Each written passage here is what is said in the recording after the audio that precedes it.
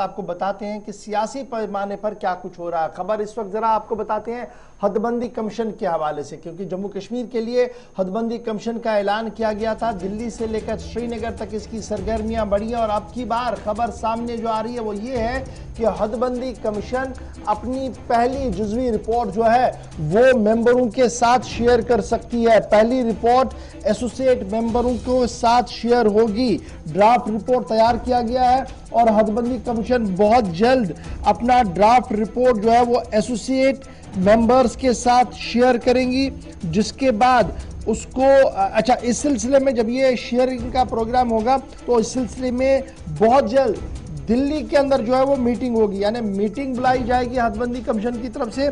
और उसके बाद एसोसिएट मेंबर्स जो बीजेपी और नेशनल कॉन्फ्रेंस के मेंबर इसमें हैं और अरकान पार्लियामेंट जो है उनके साथ ये रिपोर्ट जो है वो शेयर की जाएगी। और उसके बाद जो वहां से इनपुट्स आएंगे उसके बाद इसे पब्लिक डोमेन में भी डाला जाएगा और सरकार की पास भी सौंपा जाएगा। लेकिन सरकार और पब्लिक डोमेन में आने के लिए अभी कुछ और वक्त लग सकता है, लेकिन उससे पहले अपना जो जुज़वी रिपोर्ट है, जो ड्राफ्ट है, उस ड्राफ्ट को एसोसिएट मेंबर्स के साथ शेयर किया जा सकता है। पहले याद रखिएगा कि हदबंदी कमीशन को 6 मार्च 2019 को 1 साल की मयाद कार में एक्सटेंशन मिला था और इस तरीके से 6 मार्च 2020 तक इनका काम मुकम्मल करना था।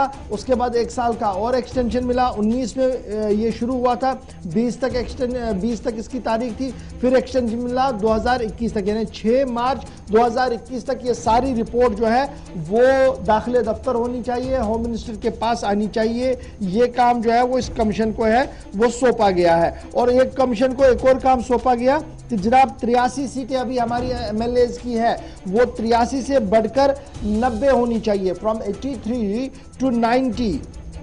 लेकिन यह भी साफ कर दिया गया है कि 24 सीटें 24 सीट्स जो जम्मू कश्मीर असेंबली की हैं वो वैकेंट रहेंगी। जी, ये कौन सी 24 सीट्स हैं जो पीओजेके के लिए वक्फ रखी गई है, उस वक्त उसके साथ कुछ भी नहीं होगा। और ये भी याद रखिएगा कि जो हदबंदी कमीशन है लास्ट जम्मू कश्मीर में कब ये हुई थी, दैट वाज 94-95, सदर राज था, प्रेसिडेंट्स रूल था जम्मू कश्मीर के अंदर और अर्थ वाइल स्टेट जम्मू कश्मीर के अंदर 76 सीटें हुआ करती थी टू 1994। और जब हदबंदी हुई दैट मेंस टू 87, 76 से वो सीधे 87 तक चली गई और जम्मू रीजन की सीटें 32 से बढ़कर 37 हुई और कश्मीर की सीटें जो वो 42 से बढ़कर 46 तक हुई और लद्दाख की सीटें जो थी वो 2 से बढ़कर 4 हुई। क्योंकि तीनों ये जम्मू कश्मीर और लद्दाख के 3 सूबे थे और यहाँ पर हदबंदी हुई थी और किस तरीके की हदबंदी हुई थी वो मैंने आपके सामने रख दिया।